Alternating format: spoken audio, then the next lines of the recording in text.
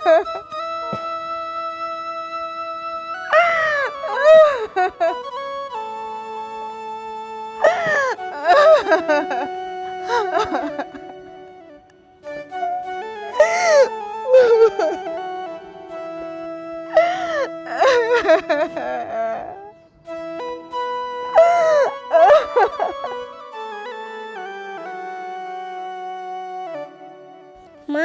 আমি কি বাঁচবো না? বাবা, তুই এসব কি বলছিস? কি বলেছি তোকে তুই বাঁচবি না? তুই বাঁচবি, তোকে যেভাবে হোক আমরা বাঁচিয়ে রাখবো। তুই যে আমাদের বুকের মালিক রে বাবা। তোর কিছু হয়ে গেলে আমি আর তোর বাবা যে থাকতে পারবো না। তুই তুই একদম চিন্তা করবি না বাবা। তোর বাবা তো গেছে টাকার ব্যবস্থা করতে। টাকার ব্যবস্থা করে আনলেই তোকে নিয়ে আমরা ডাক্তারের কাছে যাব। তোর কিচ্ছু হতে দেবে না। তোর মা তোর বাবা তোকে আগলে রাখবে রে বাবা। তোকে ছেড়ে যে আমরা একটা মুহূর্ত থাকতে পারবো না বাবা। তুই সারাটা জীবন আমাদের কাছেই থাকবি। তোর কোনো ক্ষতি আমরা হতে দেব না।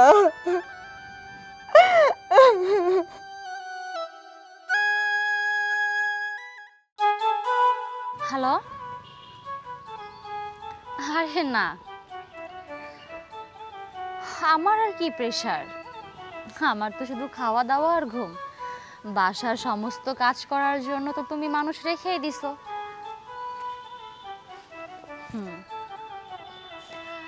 না, তুমি যে টাকা পাঠাইছো এখনো তাদের পারিশ্রমিক দেওয়া হয়নি।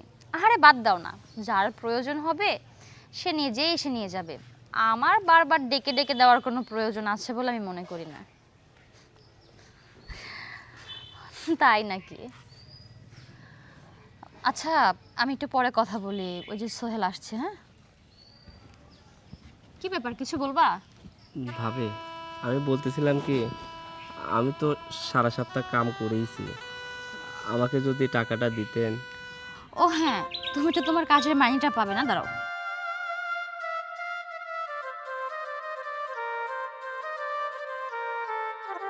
কয়দিন ধরে কাজ করছিলা? এক সপ্তাহ। এক সপ্তাহ।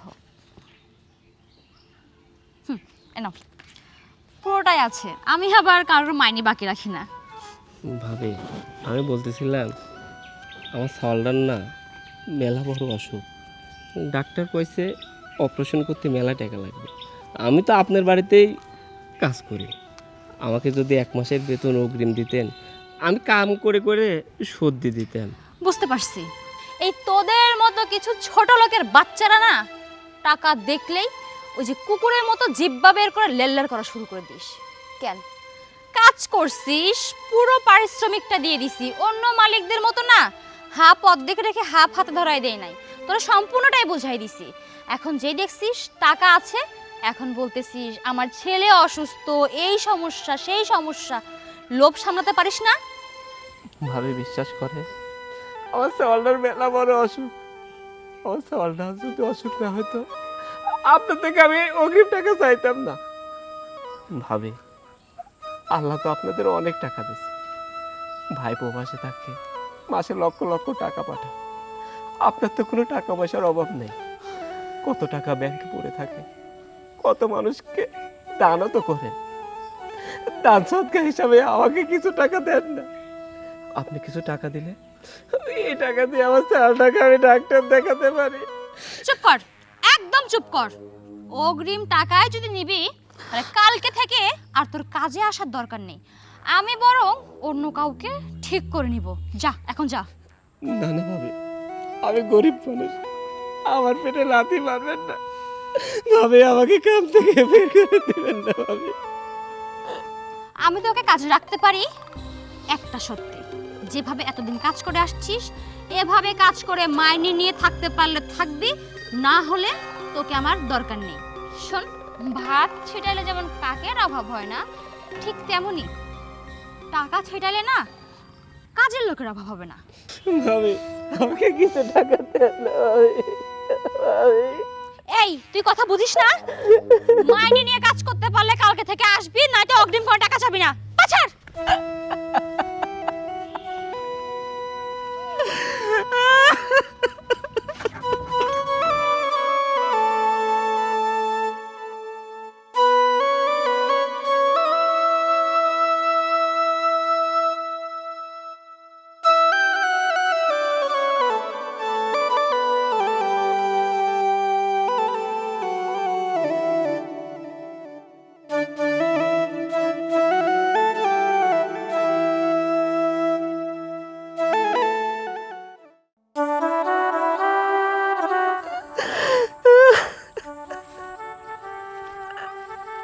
সোহেল, সোহেল কি হয়েছে তোমার? তুমি এভাবে কান্না করতে করতে আসছো কেন? আখি, তোমাকে আমি বাড়ি থেকে বলে গেছিলাম যে আমি যে বাড়িতে কাজ করি সেই ম্যাডামটা অনেক ভালো। আমি যদি তাকে বোঝায় বলি তাহলে আমাকে 1 মাসের বেতন অগ্রিম দিবে। জানো, আমি ভাবিকে বললাম, ভাবি আমাকে 1 মাসের বেতন অগ্রিম দেন না। ভাবি আমাকে কি বলছে জানো?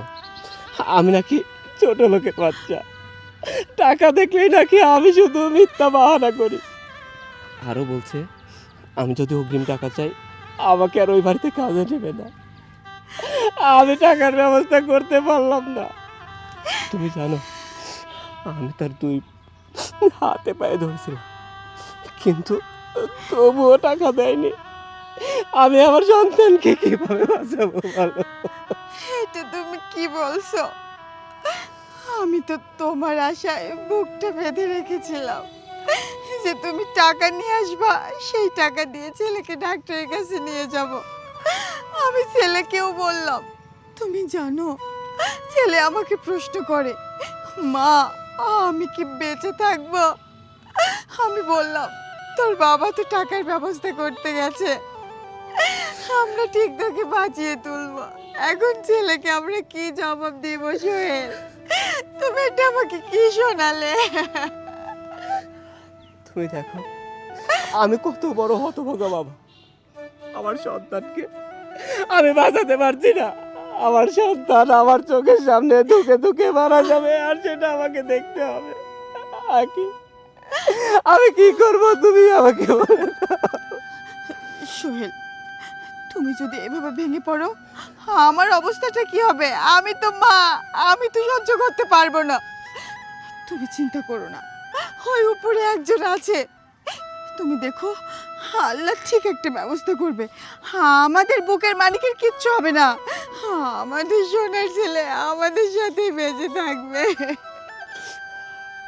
আমি জানি না আমি কি পাপ করেছিলাম, ওই উপরওয়ালা আমাকে কোন পাপের শাস্তি দিচ্ছে। আল্লাহ আমাকে শাস্তি দিলে তাও তো আমি মেনে নিতাম, কিন্তু আমার সন্তানকে কষ্ট দিচ্ছে। আমাকে আমাকে আরো চেষ্টা করতে হবে, আরো অন্য অন্য জায়গায় যেতে হবে। যেভাবেই হোক আমি আমার সন্তানকে বাঁচাবো। হ্যাঁ সোহেল, তবে তুমি একা না, আমাকেও কিছু ভাবতে হবে, কিছু করতে হবে। আমাদের সন্তানকে বাঁচিয়ে রাখতে হলে আমাদের দুজনকে কষ্ট করতেই হবে। তুমি আমার সন্তানটাকে একা একা রেখে এদিকে আসছো কেন? ও একা একা অনেক কষ্ট পাচ্ছে। চলো তাড়াতাড়ি বাড়িতে চলো। চলো।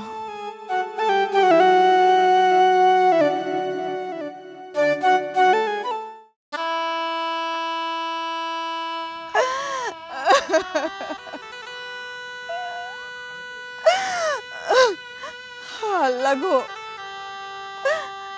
আল্লাহ তুমি আমাদেরকে কেন এত গরিব বানাইলা? গরিব বানাইছো তাতে কোনো দুঃখ নেই। তুমি কেন এই গরিব মানুষটার একমাত্র বুকের মানিক তার সন্তানকে এত বড় একটা রোগ দিলা?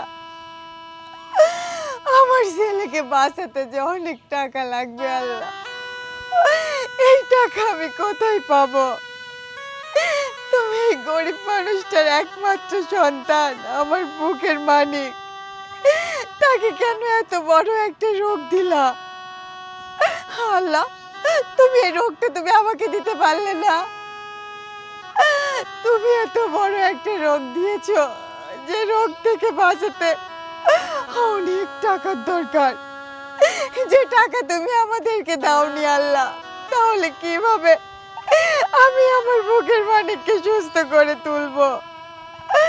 আমাদের তো সামর্থ্য নেই এত টাকা জোগাড় করে আমার সন্তানের অপারেশন করা। তুমি যদি আমাকে এই রোগ দিতে, আমাকে যদি তোমার কাছে নিয়ে যাইতে, তাও তো আমার বুকের মানিকটা বেঁচে থাকতে পারতো আল্লাহ। এখন আমি আমার ছেলেকে কিভাবে সুস্থ করব? আল্লাহ তুমি কি পারো না একটা উপায় দিতে?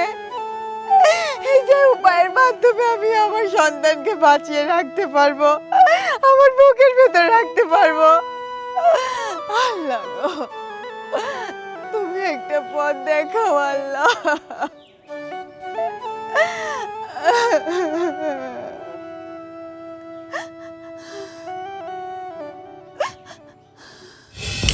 বম ভোলে।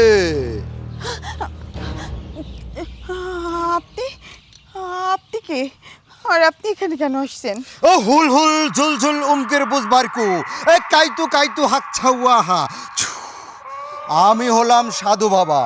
তোর মনে অনেক কষ্ট না? আপনি জানেন কি করে যে আমার মনে কষ্ট? এ বম ভোলে।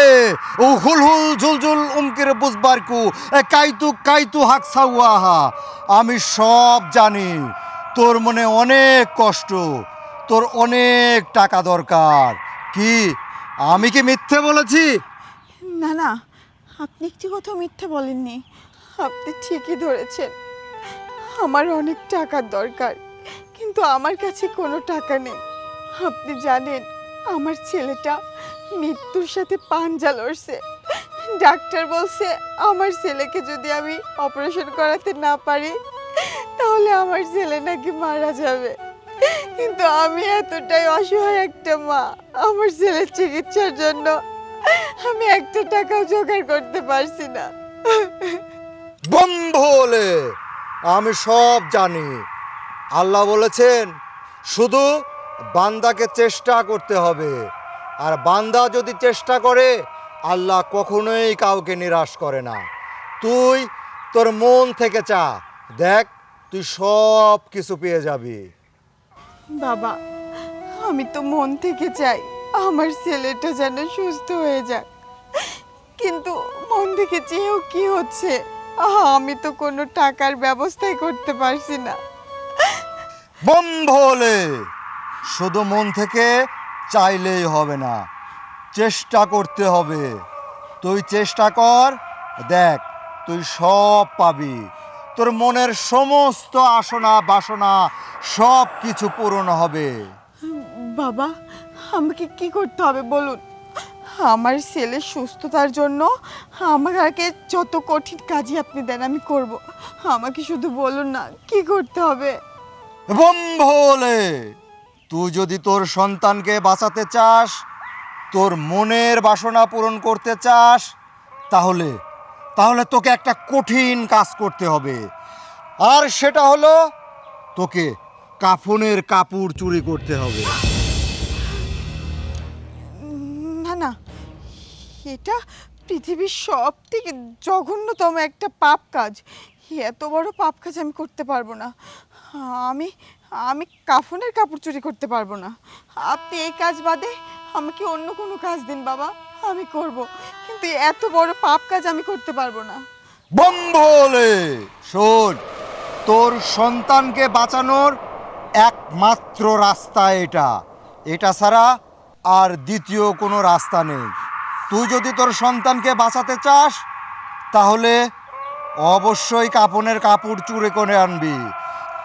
বন্ধ হলে তুই যদি তোর সন্তানকে বাঁচাতে চাস, তোর মনের আশনা বাসনা পূরণ করতে চাস, তাহলে তোকে অবশ্যই কবর থেকে কাফনের কাপড় চুরি করতেই হবে। এছাড়া আর দ্বিতীয় কোনো রাস্তা নেই। বম ভোলে হুলহুল ঝুলঝুল উমকির বুঝবারকু কাইতু কাইতু হাক ছাউয়া হা। বাবা, বাবা কোথায় চলে গেল? না না, আমাকে আমাকে আমার সন্তানের জন্য এই কাজটা করতেই হবে, যদিও এটা অনেক জঘন্যতম একটা পাপ কাজ।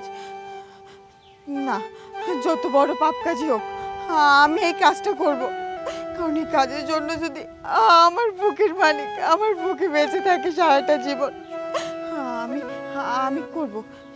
কিন্তু বাবা, বাবাকে কোথায় খুঁজবো? না না, আমি একটা কাজ করি, আমি আগে গিয়ে কবর থেকে কাফনের কাপড় চুরি করি, তারপরে না হয় আমি বাবাকে খুঁজবো।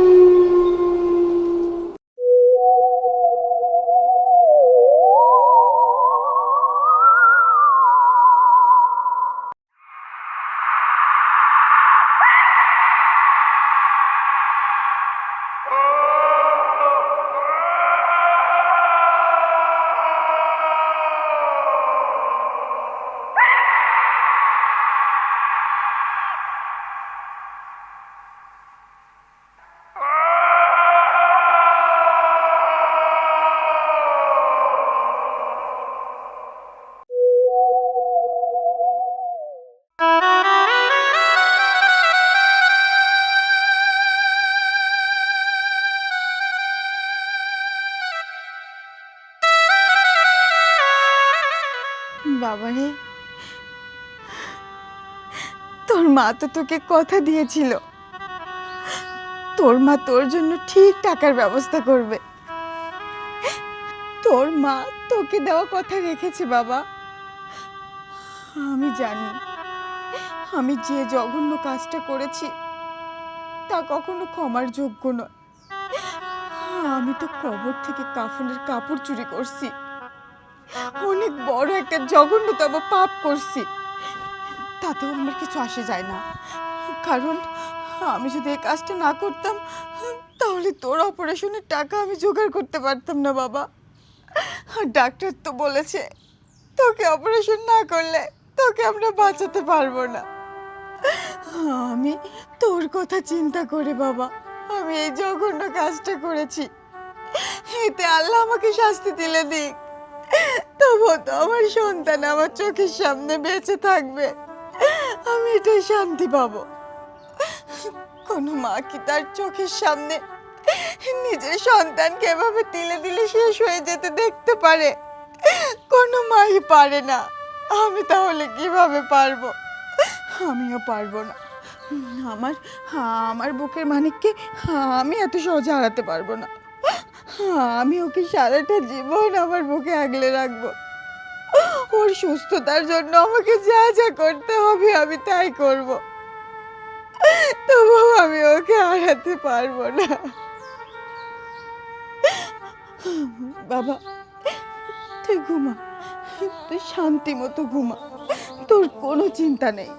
তোর মা যতদিন পৃথিবীতে বেঁচে আছে তুই কোনো চিন্তা করবি না। শুধু বড় বড় অসুখ কেন, বড় কোনো বিপদও তোকে স্পর্শ করতে পারবে না। তোর মা তো বেঁচে আছে, তোর মা তোকে সব বিপদ থেকে রক্ষা করবে।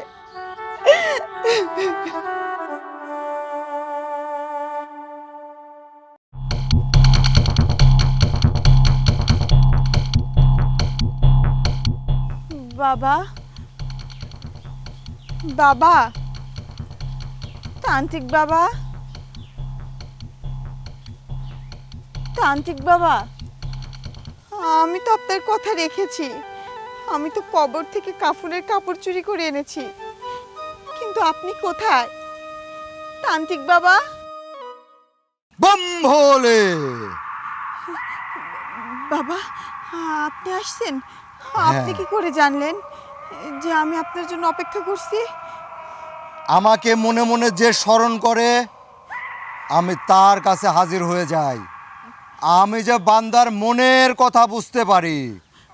বাবা আমি তো আপনার কথা অনুযায়ী কবর থেকে কাফনের কাপড় চুরি করে এনেছি। এবার আপনি কাপড়টা নিয়ে আমাকে টাকার ব্যবস্থাটা করে দিন, আমি আমার ছেলেকে ডাক্তারের কাছে নিয়ে যাব। বম ভোলে! হুল হুল ঝুল ঝুল উমকির বুঝবারকু কাইতু কাইতু হাক সাওয়াহা। শোন রে বান্দি, তুই যেই কাফনের কাপড় নিয়ে আসছিস এই কাফনের কাপড়ের কোনো মূল্য নেই। মূল্য নেই মানে? আপনি তো নিজেই আমাকে বলছেন যে কবর থেকে কাফনের কাপড় চুরি করতে। আমি তো কবর থেকে কাফনের কাপড় চুরি করছি। আপনি জানেন এই কাপড় চুরি করতে গিয়ে আমার বুকটা কেঁপে উঠছিল।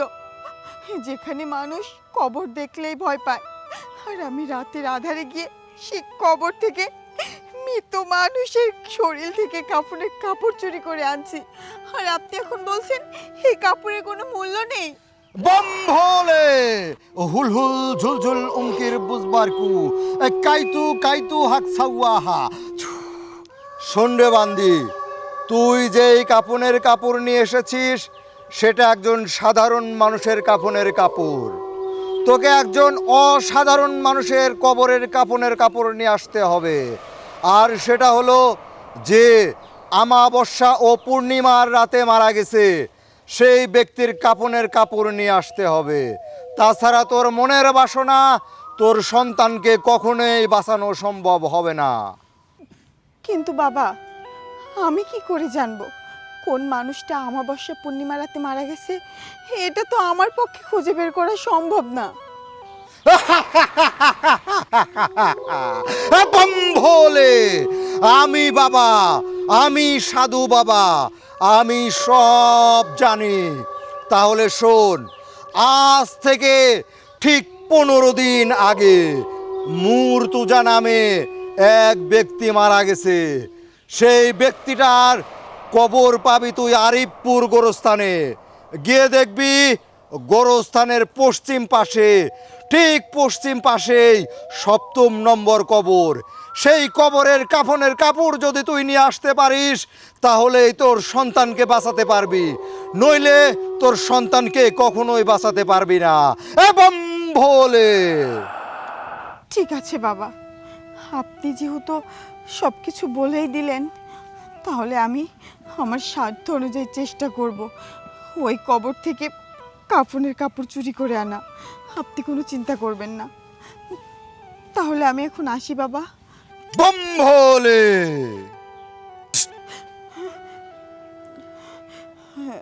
না না, আর সময় নষ্ট করা যাবে না।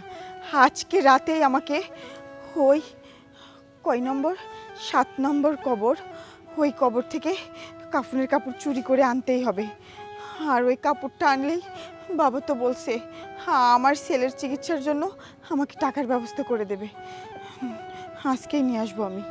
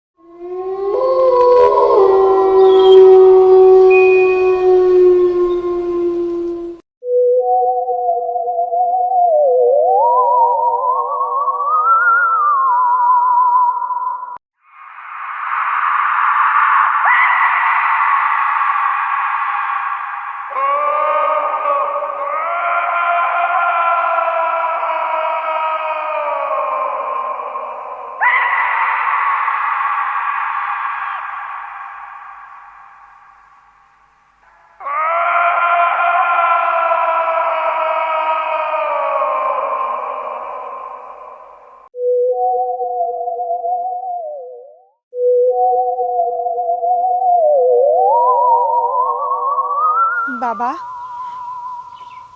বাবা আপনি কোথায়? তান্ত্রিক বাবা,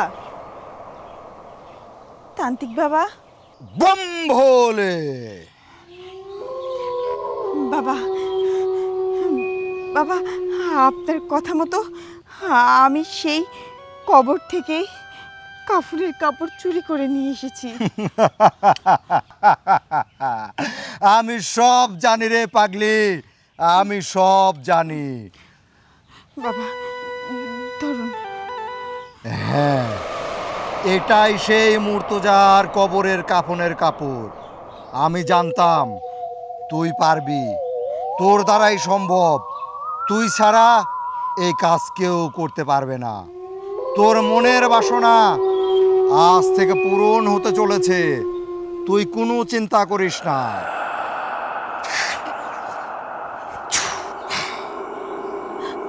এই নে, এর মধ্যে 5 লক্ষ টাকা আছে। তুই তোর সন্তানকে সুস্থ করে তোল, তোর সঙ্গে পরে আবার দেখা হবে। বম ভোলে কাইতু কাইতু হাক সাওয়াহা হুল হুল ঝুলঝুল উমকের বুঝবারকু। বম ভোলে। বাবা, 5 লক্ষ টাকা বাবা আমাকে দিয়ে গেল? না না, এত টাকা নিয়ে আমাকে এখানে দাঁড়িয়ে থাকলে চলবে না। যদি কেউ দেখে ফেলে আবার আমার উপর সবাই সন্দেহ করতে পারে। আমি এক্ষুনি বাড়ি যাব, আর কালকেই আমার সন্তানকে নিয়ে আমি ডাক্তারের কাছে যাব।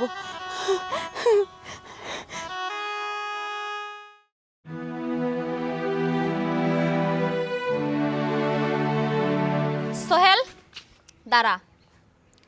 ব্যাপারটা কি? তুই আজকে আমার বাসায় কাজে যাস নাই কেন? আচ্ছা মানলাম তুই কাজে যাবি না, তুই তো আমাকে আগে থেকে বলবি, আমি অন্য একজনকে ধরে কাজ নিতাম। এখন যে আমার বাসার সম্পূর্ণ কাজ পড়ে আছে, এই কাজটা কে করবে? তুই না তোর বাপে করবে? ভাবি, আমার বাপ তুললে আপনি কোনো কথা বলবেন না। আর আপনার বাড়ি কাজে যায়নি, আপনি খুব ভালো করেই জানেন। আমার ছেলেটা অসুস্থ, আমার ছেলেটার মেলা বড় অসুখ। আমি আর আমার বউ মিলে ডাক্তারের কাছে যাচ্ছি আমার ছেলেকে চিকিৎসা করানোর জন্য। দাঁড়া, ডাক্তারের কাছে যাচ্ছিস? তোর ছেলেকে চিকিৎসা করাবি, কিন্তু তুই এতগুলো টাকা কই পাবি? তুই তো আমাকে বলছিলি মনে হয় অনেক টাকার কথা। তাহলে এই রাতে রাতে তুই এত টাকা কই পাইলি? চুরি করছিস? না, চুরি করি নাই। আমার বউ টাকার ব্যবস্থা করছে, আর সেই টাকা দিয়েই আমার ছেলেকে আমি চিকিৎসা করাবো। আচ্ছা, তাহলে এই ব্যাপার। তুই কি জানিস তোর বউ এতগুলো টাকা কই থেকে জোগাড় করলো? কই থেকে জোগাড় করছে সেটা আমি জানি না, কিন্তু যেভাবে হোক টাকা তো জোগাড় হয়েছে।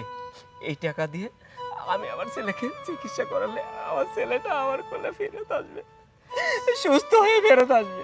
সোহেল শোন, এত না আবেগ খেতা করে কথা বলিস না। তুই যদি একবারও জানতে পারিস না যে তোর সন্তানের এই চিকিৎসা বাবদ এতগুলো টাকা তোর বউ কোথায় থেকে জোগাড় করেছে, তাহলে না তোর আর তোর ছেলেকে চিকিৎসা করানোর ইচ্ছেটাই থাকবে না। ভাবি, আমার বউ কি এমন অপরাধ করছে যার কারণে আমার বউর মাথা নিচু হয়ে যাবে? আর সেই কথা শুনলে আমি আমার সন্তানের চিকিৎসা করাতে পারবো না? হ্যাঁ, পারবি না, কারণ তোর বউ কবরে গিয়ে কাফনের কাপড় চুরি করে সেই কাপড় বিক্রি করে টাকা জোগাড় করছে তোর ছেলেকে ডাক্তার দেখানোর জন্য। আখি, ভাবি এগুলো কি বলছে? ভাবি যা বলছে সেটা কি সত্যি? হ্যাঁ সোহেল, ভাবি যা বলছে সব সত্যি। আমি কবর থেকে কাফনের কাপড় চুরি করছি। আর কেন করছি জানো? শুধুমাত্র আমাদের সন্তানকে বাঁচানোর জন্য। তুমি শোনোনি ডাক্তার কি বলেছে? ডাক্তার তো বলেছে যে আমরা যদি টাকা জোগাড় করতে না পারি তাহলে আমরা আমাদের সন্তানকে বাঁচাতে পারবো না। আচ্ছা সোহেল, তুমিও তো ছেলের চিকিৎসা করানোর জন্য কত জায়গায় ঘুরছো শুধুমাত্র কয়টা টাকা জোগাড়ের জন্য, কিন্তু পারোনি। তোমার কি কষ্ট লাগেনি? অবশ্যই কষ্ট লাগছে, কিন্তু তুমি প্রকাশ করোনি। আমি তো মা, আমি আমার এই সন্তানকে গর্ভে ধারণ করছি, আর আমারই চোখের সামনে আমার সন্তানটা তিলে তিলে শেষ হয়ে যাবে। আমি সেটা কিভাবে পারবো দেখতে বলো? তাই আমি এই কাজটা করেছি। যখন সব জায়গা থেকে আমরা ফেরত আসলাম, কেউ আমাদেরকে কোনো টাকা দেয়নি, তখন একটা তান্ত্রিকের সাথে আমার দেখা হয়। সে আমাকে বলে আমি যদি কবর থেকে কাফনের কাপড় চুরি করে তাকে দিতে পারি তাহলে সে আমার ছেলের চিকিৎসার জন্য টাকা দেবে। আমি প্রথমে রাজি হইনি, কিন্তু আমি পরে চিন্তা করে দেখলাম সোহেল, আমরা এতটাই অসহায়, এতটাই গরিব যে আমরা আমাদের ছেলের মৃত্যু দেখতে পারবো, কিন্তু ছেলের চিকিৎসা করানোর জন্য টাকা জোগাড় করতে পারবো না। তখন আমি বাধ্য হয়ে সিদ্ধান্ত নেই এই জঘন্যতম কাজটা আমি করবই। এই জঘন্যতম কাজের জন্য যদি মানুষের কাছে আমার 1000 বার অপমানিত হতে হয় আমি তবুও রাজি। তবুও তো আমার সন্তান আমার চোখের সামনে বেঁচে থাকবে। আমি যার জন্য ওই কাজটা করতে বাধ্য হয়েছি। আর ভাবি, আপনাকে বলি, আপনাদের তো টাকা পয়সার কোনো কিছু কমতি ছিল না, তারপরেও আপনি সোহেলকে আপনার বাড়ি থেকে দূর দূর করে তাড়িয়ে দিয়েছেন। সোহেল তো আপনার থেকে একেবারে কোনো টাকা চায়নি, সে আপনার বাড়িতে প্রতিনিয়ত কাজ করে, সেই খাতিরে আপনাকে বলেছিল 1 মাসের টাকাটা অ্যাডভান্স দিতে। আপনি না দিয়ে ওকে আরো কথা শুনিয়ে বাড়ি থেকে বের করে দিয়েছেন। আসলে সব সময় বড়লোক হলেই হয় না ভাবি, মন থাকতে হয়, যে মনটা আপনাদের মতো কিছু কিছু বড় লোকদের নাই। আপনারা টাকা পয়সা কত জায়গায় নষ্ট করেন, কিন্তু আমাদের মতো গরিবেরা যখন আপনাদের কাছে সাহায্যের জন্য যায়, আপনারা তাদেরকে দুয়ার থেকে দূর দূর করে তাড়িয়ে দেন। আপনারা শুধু সব সময় গরিবের ভুলটাই দেখেন, কিন্তু গরিবরা ভুল কখন করে? আসলে আপনারা তো সব সময় সুখে জীবন যাপন করেন, তাই গরিবের কষ্টটা আপনারা বুঝবেন না। আমরা গরিবেরা একবেলা এক মুঠো ভাতের জন্য কতটা পরিশ্রম করি, সেটা শুধুমাত্র আমরাই জানি, আপনারা কোনোদিনও বুঝবেন না। হ্যাঁ, তুমি একদম ঠিক বলছো। সত্যি তো, আমরা ভালো মন্দ খাই, সুখে থাকি, অট্টালিকায় বাস করি। আমাদের মুখের খাবার তুলে দেওয়ার সেই প্লেটটা দেওয়ার জন্য বাসায় মানুষ থাকে, আর তোমরা সেই এক মুঠো ভাতের জন্য সারাদিন রোদে পুড়ে বৃষ্টিতে ভিজে মাথার ঘাম পায়ে ফেলে উপার্জন করো। তারপরেও তোমাদের কত কষ্ট, কিন্তু কোনো অভিযোগ নেই। আর আমরা দেখো, অট্টালিকায় থেকে নামি দামি পোশাক পরে খাওয়া দাওয়া ভালো মন্দ করার পরেও আমাদের জীবন নিয়ে আমাদের কত অভিযোগ। অথচ দেখো, তোমরা গরিব হলেও দিন শেষে তোমাদের মনটা কত উদার। আর আমরা বড় লোকরা টাকার অহংকারে, রাজপ্রাসাদের আত্মসাদের অহংকারে নিজেদেরকে ওই 4 দেওয়ালের মধ্যে একটা অহংকারী মানুষ হিসেবে গড়ে তুলে ফেলছি। আমাদের মধ্যে না ন্যূনতম মনুষ্যত্ব বোধ বলে জিনিস নেই। তোমরা গরিব বলে আমরা তোমাদেরকে সম্মান করতে জানিনি। তবে বিশ্বাস করো, আমি না সত্যিই বুঝতে পারিনি তোমার এই সন্তানটা এতটা অসুস্থ, তার এতটা করুণ অবস্থা। সোহেল আমাকে বলছিল, আমি ভাবছিলাম যে হয়তো অনেকগুলো টাকা দেখছে এই জন্য বলতেছে, কিন্তু ও যে সত্যি এতটা অসহায় এটা আমার জানা ছিল না। তবে আমি মনে করি কি, মানুষকে ভুল না বুঝে সঠিকটা বোঝা উচিত আমাদের। দেখো, আমি যদি তোমাকে সেই সময় সাহায্য করতাম সোহেল, তাহলে হয়তো তোমার বইয়ের আজকে এরকম একটা পাপ কাজ করতে হইতো না। তবে তার এই পাপ কাজটা শুধু পাপ না, বরঞ্চ আমাদের মতো কিছু অহংকারী মানুষের জন্য একটা কঠিনতম শিক্ষা, যে একটা মা তার সন্তানকে বাঁচানোর জন্য কতটা কঠিন থেকে কঠিনতম কাজ করতে পারে।